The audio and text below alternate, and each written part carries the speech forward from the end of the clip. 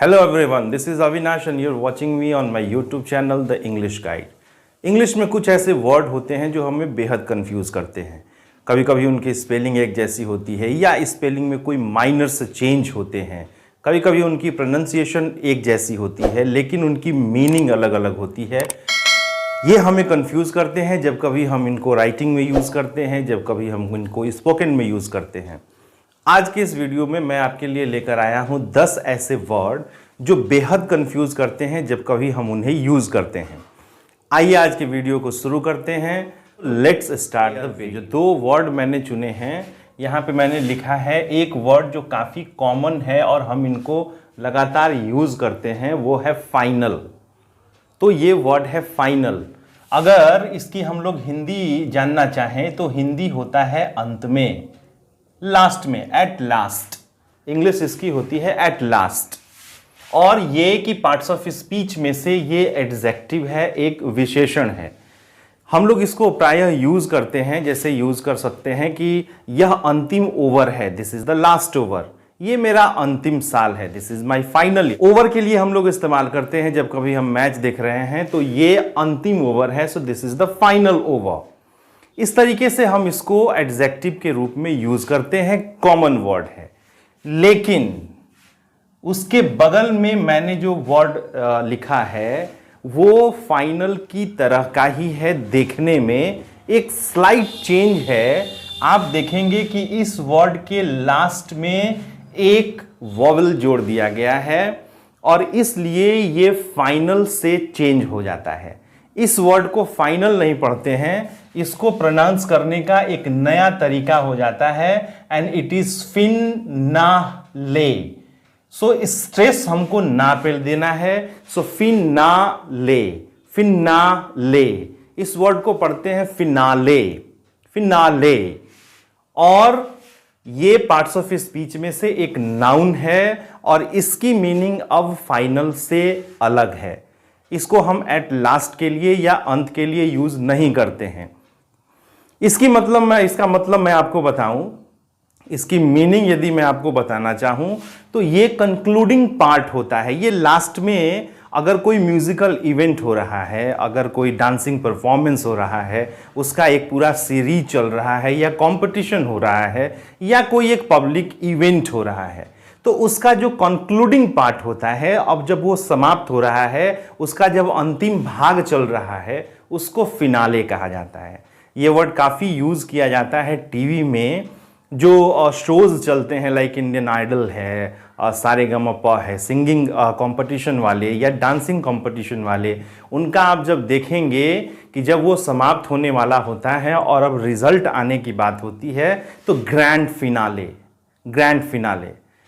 Sentences में हम इसको यूज़ करना चाहें तो यूज़ कर सकते हैं कि यह इंडियन आइडल का, जो अभी तत्काल में समाप्त हुआ है, यह इंडियन आइडल का अंतिम कंक्लूडिंग पार्ट है। Like this is the finale of, this is the grand finale of Indian Idol season whatever, आप कुछ भी वहाँ रख सकते हैं।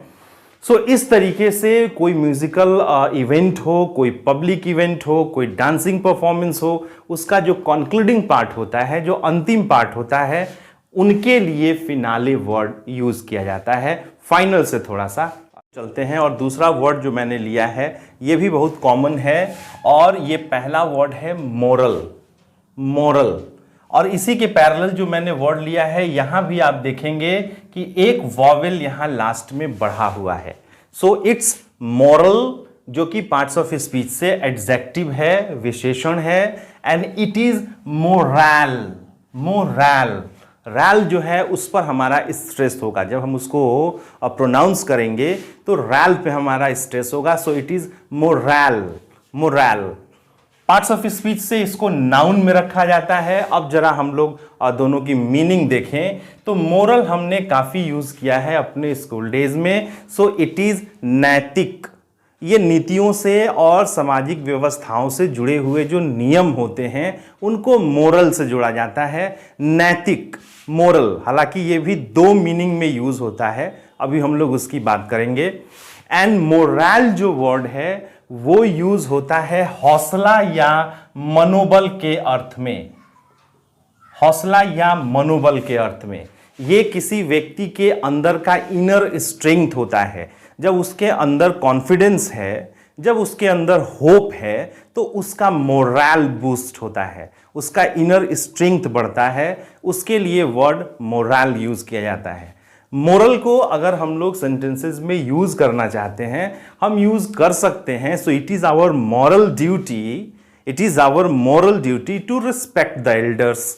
जितने बड़े हैं हमारे समाज के, तो ये हमारी नैतिक दायित्व बनता है कि हम उनका रिस्पेक्ट करें। So it is our moral duty to respect the elders.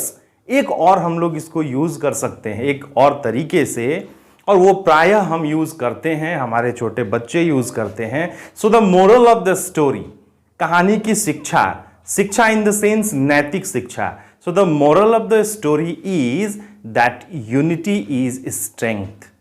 कहानी से शिक्षा ये है, कहानी की शिक्षा ये है कि एकता में बल है। तो इस तरीके से मोरल को हम दो मीनिंग में यूज करते हैं, दो तरीके से यूज करते हैं। और मोरल को हम लोग यूज करते हैं हौसला के लिए, मनोबल के लिए। Like don't let your moral down, don't let your moral down. क्या हुआ कि 2 बार परीक्षा में असफल हुए, 2 बार रिजल्ट आप नहीं निकाल पाए, लेकिन फिर भी आप अपने इनर कॉन्फिडेंस को, इनर होप को कभी भी नीचे न जाने दें। So don't let your moral down. Always work to improve your moral, always try to boost your moral. हमेशा अपने मोरल को बूस्ट करने के लिए काम करें। अगले वर्ड पे हम लोग आगे बढ़ते हैं, और ये वर्ड भी हमने काफ़ी यूज़ किया है। और यहाँ जो मैंने ये दोनों पेयर लिया है, ये दोनों एक ही वर्ड है। ये स्पेलिंग इनकी सेम होती है और देखने में ये बिल्कुल एक जैसे लगते हैं। डिफरेंस केवल प्रोनाउंसिएशन का है, डिफरेंस इनके उच्चारण का है। तो हम लोग जरा देखें क्या अंतर होता है, और केवल प्रोनाउंसिएशन चेंज होने से मीनिंग में क्या अंतर आता है। तो मैंने वर्ड लिया है आपके लिए। सो इट्स मिनट, जिसको हम लोग यूज करते हैं टाइम के लिए। टाइम का जो एक यूनिट होता है मिनट, उसके लिए हम लोग इसको यूज करते हैं। इसके अलावा इस वर्ड को एक और अर्थ में यूज किया जाता है, उसकी भी चर्चा हम लोग करेंगे। और दोपहर में जो दूसरा मैंने लिया है, सो स्पेलिंग सेम है, लेकिन इसका प्रोनाउंसिएशन हो जाता है माइन्यूट। माइन्यूट, स्ट्रेस न्यूट पे होगा, सो माइन्यूट। और हिंदी अगर हम इसकी जानना चाहें तो माइन्यूट का मतलब होता है छोटा, छोटा, स्मॉल, सूक्ष्म। इस अर्थ में माइन्यूट को यूज किया जाता है। मिनट को यूज करते हैं हम लोग टाइम के लिए, टाइम के एक यूनिट के रूप में, लेकिन जब हम इसको माइन्यूट पढ़ते हैं तो ये छोटा के अर्थ में यूज होता है। इन दोनों वर्ड को लाइक मिनट और माइन्यूट को अगर हम लोग सेंटेंसेस में यूज करना चाहें तो यूज कर सकते हैं। Like how many seconds are there in a minute, 1 minute में कितने सेकेंड होते हैं। एक और मीनिंग जिसके बारे में मैं आपको बता रहा था कि मिनट को एक और अर्थ में यूज किया जाता है। So it is a summarised report. ये एक संक्षेप में तैयार की गई रिपोर्ट होती है। जब कहीं कोई मीटिंग होती है किसी ऑर्गेनाइजेशन की या किसी इंस्टीट्यूशन की, तो वहाँ पर एक व्यक्ति सारे प्रोसीडिंग को समरी के रूप में तैयार करता है और उसको भी मिनट्स कहा जाता है। तो सेंटेंस में हम लोग यूज कर सकते हैं like he is preparing the minutes of the meeting. वो इस मीटिंग की मिनट्स, समराइज्ड रिपोर्ट तैयार कर रहा है। माइन्यूट को अगर हम लोग यूज करना चाहते हैं तो मैंने आपको बताया कि छोटा, स्मॉल, सूक्ष्म के मीनिंग के रूप में इसको यूज किया जाता है। आप यूज कर सकते हैं like the agreement has all the minutest detail. Adjective है, आप इसको सुपरलेटिव डिग्री में भी यूज कर सकते हैं। इस एग्रीमेंट में, इस कागज में, इस एग्रीमेंट से रिलेटेड सारे छोटे से छोटे जानकारी रखी गई हैं। So the agreement has all the minutest details. इस तरीके से इन दोनों वर्ड को सेंटेंसेस में यूज किया जाता है। अगले पेयर पे हम लोग आगे बढ़ते हैं और यहां मैंने आपके लिए लिया है so it is affect, affect and it is effect, affect effect. लगभग प्रोनाउंसिएशन दोनों की सेम है, अंतर इसके स्पेलिंग में है। सो अफेक्ट जहां ए से शुरू होता है, इफेक्ट ई से शुरू होता है। अफेक्ट इफेक्ट अंतर दोनों में है। पार्ट्स ऑफ स्पीच से अफेक्ट वर्ब में रखे जाते हैं, ये क्रिया होते हैं, जबकि इफेक्ट नाउन होते हैं, इनको संज्ञा में रखा जाता है। मीनिंग अगर हम लोग देखें तो अफेक्ट की मीनिंग होती है प्रभाव, और चूंकि ये वर्ब है तो डालना, प्रभाव डालना अफेक्ट, और इफेक्ट होता है प्रभाव। तो इसको हम लोग वर्ब के रूप में यूज करते हैं अफेक्ट को, और इफेक्ट को हम लोग यूज करते हैं नाउन के रूप में। कैसे हम यूज कर सकते हैं? कोरोना वायरस ने पूरे वर्ल्ड को प्रभावित किया है, ये वर्ब है। सो द कोरोना वायरस और कोविड-19 has affected the whole world. Corona virus has affected the whole world, यहां ये वर्ब के फॉर्म में है, ए वाला यूज होगा। अगर हम लोग इफेक्ट को सेंटेंस में यूज करना चाहते हैं तो हम यूज कर सकते हैं like the new law will come into effect from next year. ये नियम, ये कानून अगले साल से प्रभाव में आएगा। सेंटेंसेस यूज किए जाते हैं our constitution came into effect from 1950। 1950 से हमारा जो संविधान है वो प्रभाव में आया, वो इफेक्ट में आया। तो अफेक्ट और इफेक्ट इस तरीके से हम सेंटेंसेस में यूज कर सकते हैं। अगले वर्ड के पेयर पे हम लोग आगे बढ़ते हैं और अगला पेयर मैंने लिया है, ये भी कॉमन वर्ड है। So it's BREATHE। और यहां जो वर्ड है आप अंतर देखेंगे कि इसमें एक ई है लेकिन यहां पर वो ई नहीं है। स्पेलिंग लगभग दोनों की सेम है लेकिन प्रोनाउंसिएशन में अंतर हो जाता है। उससे पहले हम लोग समझ लें कि पार्ट्स ऑफ स्पीच में इस वर्ड को रखा जाता है जिसमें एक एक्स्ट्रा ई है, उसको वर्ब में, ये क्रिया है, और इसको रखा जाता है नाउन में। जरा प्रोनाउंसिएशन हम लोग देखें तो इस वर्ड को प्रोनाउंस किया जाता है ब्रीद, ब्रीद, जबकि इस वर्ड को जिसमें एक एक्स्ट्रा ई नहीं है इसको प्रोनाउंस करते हैं breath. So it's breathe and it's breath, breathe and breath. ये वर्ब में है इसलिए इसका मतलब हो जाता है सांस लेना, सांस लेना, और इसका मतलब हो जाता है सांस। तो जब ये नाउन के फॉर्म में है तो इसको हम लोग ब्रेथ कहते हैं, लेकिन जब ये वर्ब के फॉर्म में है तो इसको ब्रीद कहा जाता है। सेंटेंसेस में हम लोग यूज कर सकते हैं we breathe in oxygen, we breathe in oxygen and breathe out carbon dioxide. हम लोग ऑक्सीजन सांस में अंदर लेते हैं और कार्बन डाइऑक्साइड को बाहर करते हैं। So we breathe in and breathe out. लेकिन अगर हम लोग ब्रेथ को यूज करना चाहते हैं तो सेंटेंस में यूज कर सकते हैं एक लंबी सांस लो। So take a deep breath, take a deep breath and jump into the river, और नदी में कूद जाओ। एक लंबी सांस लो और नदी में कूद जाओ। ये डिफरेंस होता है ब्रेथ में और ब्रीद में। तो जब कभी आप सेंटेंसेस में इसको यूज करें तो जरूर ध्यान रखें कि आप किस फॉर्म में इसको यूज कर रहे हैं। अगले पेयर पे हम लोग आगे बढ़ते हैं और अगला पेयर जो मैंने लिया है वो है BATHE एंड BATH। फिर से एक वॉवेल का डिफरेंस है इन दोनों वर्ड में, लेकिन क्या डिफरेंस हो जाता है दोनों की मीनिंग में, तो पहले हम ये समझ लें पार्ट्स ऑफ स्पीच से इसको वर्ब में रखा जाता है और ये नाउन में आता है।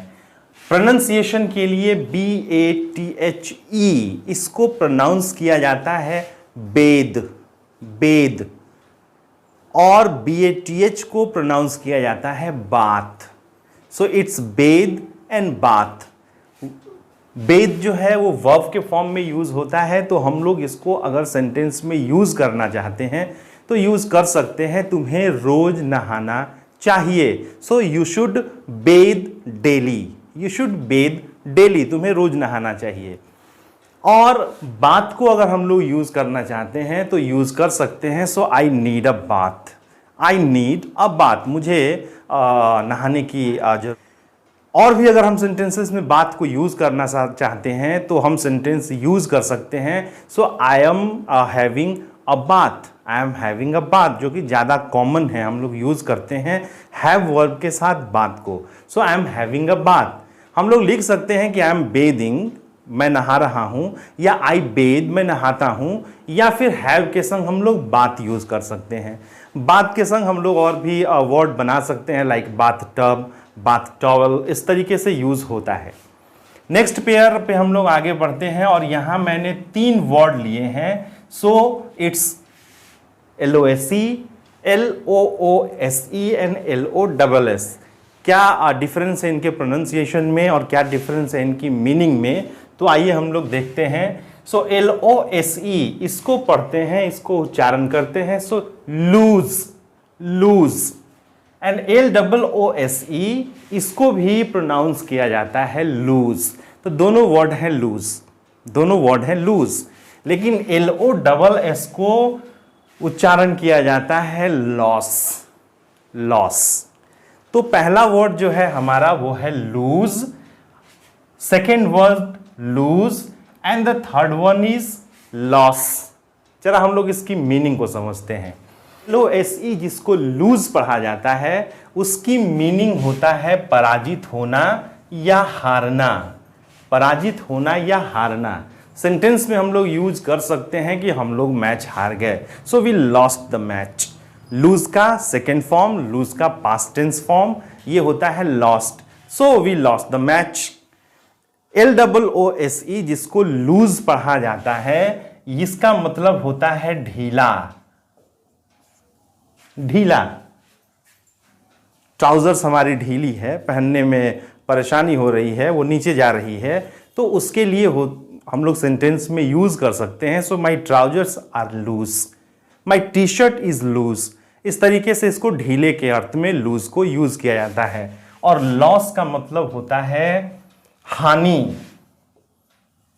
जहां घाटा होता है, नुकसान होता है, उसके लिए यूज किया जाता है लॉस। सेंटेंस में हम लोग इसको यूज कर सकते हैं, so it is a great loss for me, it is a great loss for me, ये मेरे लिए बड़ा हानिदायक है, मेरे लिए बड़ा नुकसानदायक है। It is a great loss for farmers, it is a great loss for farmers, ये किसानों के लिए बड़ा हानि वाला है। तो इस तरीके से इन 3 अलग अलग वर्ड को हम लोग सेंटेंस में इनके मीनिंग के अकॉर्डिंग यूज कर सकते हैं। अगले वर्ड पेयर पे हम लोग आगे बढ़ते हैं और अगला जो पेयर मैंने लिया है वो है BEAR एंड BARE। दोनों को एक ही समान उच्चारण किया जाता है, प्रोनाउंसिएशन दोनों की सेम है, बेयर एंड बेयर, दोनों को बेयर ही पढ़ा जाता है, लेकिन मीनिंग दोनों की अंतर हो जाती है। ये एक तरीके से होमोफोन्स हैं जो सुनने में एक जैसे होते हैं लेकिन उनकी मीनिंग अलग होती है। तो इस बेयर को कहा जाता है या इसकी मीनिंग होती है सहना, सहना लाइक बर्दाश्त करना, किसी बात को या किसी घटना को या किसी सीन को बर्दाश्त करना या सहना। और बेयर का मतलब होता है नंगा, जो ढका हुआ नहीं है उसको कहा जाता है बेयर। दोनों सेंटेंसेस में हम अगर दोनों वर्ड्स को यूज करना चाहें, सो इस बेयर को जो सहना या बर्दाश्त करना होता है, जैसे मैं इस दृश्य को नहीं सह सकता हूं, like I can't bear the sight, I can't bear the movie, मैं इस फिल्म को और बर्दाश्त नहीं कर सकता हूं। तो इस तरीके से इसको सेंटेंस में यूज करते हैं। और बेयर को यूज किया जाता है लाइक आप सेंटेंस में यूज कर सकते हैं कि वहां नंगे पर पैर मत टहलो, so don't walk there barefoot, वहां नंगे पैर मत टहलो बेयरफुट। ये जमीन जो है अभी इस पर फसल नहीं लगी है, so it is a bare land, खाली जमीन है, या उसके ऊपर अभी फसल नहीं लगाई गई है। तो बेयर को इस अर्थ में खाली या नंगे के रूप में यूज किया जाता है। अगले पेयर पे हम लोग आगे बढ़ते हैं और अगला पेयर जो मैंने लिया है, इस वर्ड को भी हम लोगों ने काफी यूज किया है। प्रोनाउंसिएशन वर्ड की सेम है, केवल एक डिफरेंस आप ध्यान देंगे तो यहां इस वर्ड में ए है जबकि इस वर्ड में ई है। प्रोनाउंसिएशन दोनों की स्टेशनरी है, प्रोनाउंसिएशन दोनों की स्टेशनरी है, लेकिन मीनिंग दोनों की अंतर हो जाती है। क्या इनके मीनिंग में अंतर है, जरा हम लोग इसको समझें। तो ए वाला जो स्टेशनरी है इसका मतलब होता है स्थिर, स्थिर। कोई वस्तु के लिए या किसी व्यक्ति के लिए ये यूज किया जाए स्थिर। लाइक आप सेंटेंस में यूज कर सकते हैं कि the train is stationary at the platform, the car is stationary at the road, I am stationary here, मैं यहां स्थिर हूं। इससे और भी वर्ड बनाए जाते हैं लाइक जियो स्टेशनरी सैटेलाइट्स। वो सैटेलाइट्स जो पृथ्वी के साथ साथ चक्कर लगा रहे होते हैं उनको जियो स्टेशनरी सैटेलाइट्स कहा जाता है। और इस स्टेशनरी को हम आप सब यूज करते हैं, सारे बच्चे यूज करते हैं। ये होता है लेखन सामग्री, जिसको हम लोग लिखने में, पढ़ने में यूज करते हैं। इसको कहा जाता है stationery. So I want stationery items, there is a stationery shop, वहां एक स्टेशनरी की दुकान है। इस तरीके से हम इसको सेंटेंस में यूज कर सकते हैं। डिफरेंस आपको याद रखना होगा कि जिसमें ए आर वाई है वो स्थिर वाला है, और जिसमें ई आर वाई है वो लिखने पढ़ने के समान वाला है। So stationary A R Y and E R Y. And the last word for the video वो है practice. Pronunciation is the same, pronunciation समान है। एक डिफरेंस है, इसमें एस है जबकि इसमें सी है। पार्ट्स ऑफ स्पीच में इसको वर्ब में रखते हैं, इसको नाउन में रखते हैं। प्रैक्टिस जिसमें एस है इसका मतलब होता है अभ्यास करना, और इसकी मीनिंग हो जाती है अभ्यास। तो अभ्यास करना, प्रैक्टिस करना एस वाला, और अभ्यास वो होता है सी वाला। सेंटेंसेस में अगर हम यूज करना चाहें तो यू शुड प्रैक्टिस डेली, तुम्हें रोज अभ्यास करना चाहिए।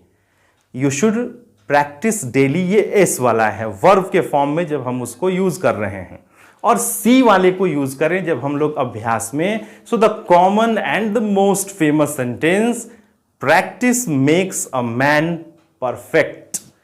Practice makes a man perfect. केवल अभ्यास ही एक व्यक्ति को परफेक्ट, पूर्ण बना सकती है। तो ये 10 वर्ड जो मैंने आपको बताए, उनकी प्रैक्टिस करना आपको भी बेहद जरूरी है। आप उनको सेंटेंसेस में यूज करें, आप उनको बोलने में यूज करें। जो डिफरेंस है उन डिफरेंस को कहीं नोट करें, नोट करके रखें और अपने यूज में ले आए। तो आज के इस वीडियो के लिए इतना ही। इन 10 वर्ड्स को अपने प्रैक्टिस में जरूर यूज करें। अगर आपको ये वीडियो अच्छा लगा तो ज़रूर उन लोगों तक पहुंचाएं जिनको इनकी ज़रूरत है, उन बच्चों तक पहुंचाएं जिनको इनकी ज़रूरत है। अगर मेरे चैनल पे पहली बार आए हैं तो ज़रूर चैनल को सब्सक्राइब कर लें, क्योंकि यहाँ इंग्लिश और इंग्लिश से रिलेटेड ऐसे ही टॉपिक्स आपको रेगुलर मिलते रहेंगे। मिलता हूँ आपसे एक अगले वीडियो में, तब तक के लिए I am Avinash signing off. Thank you.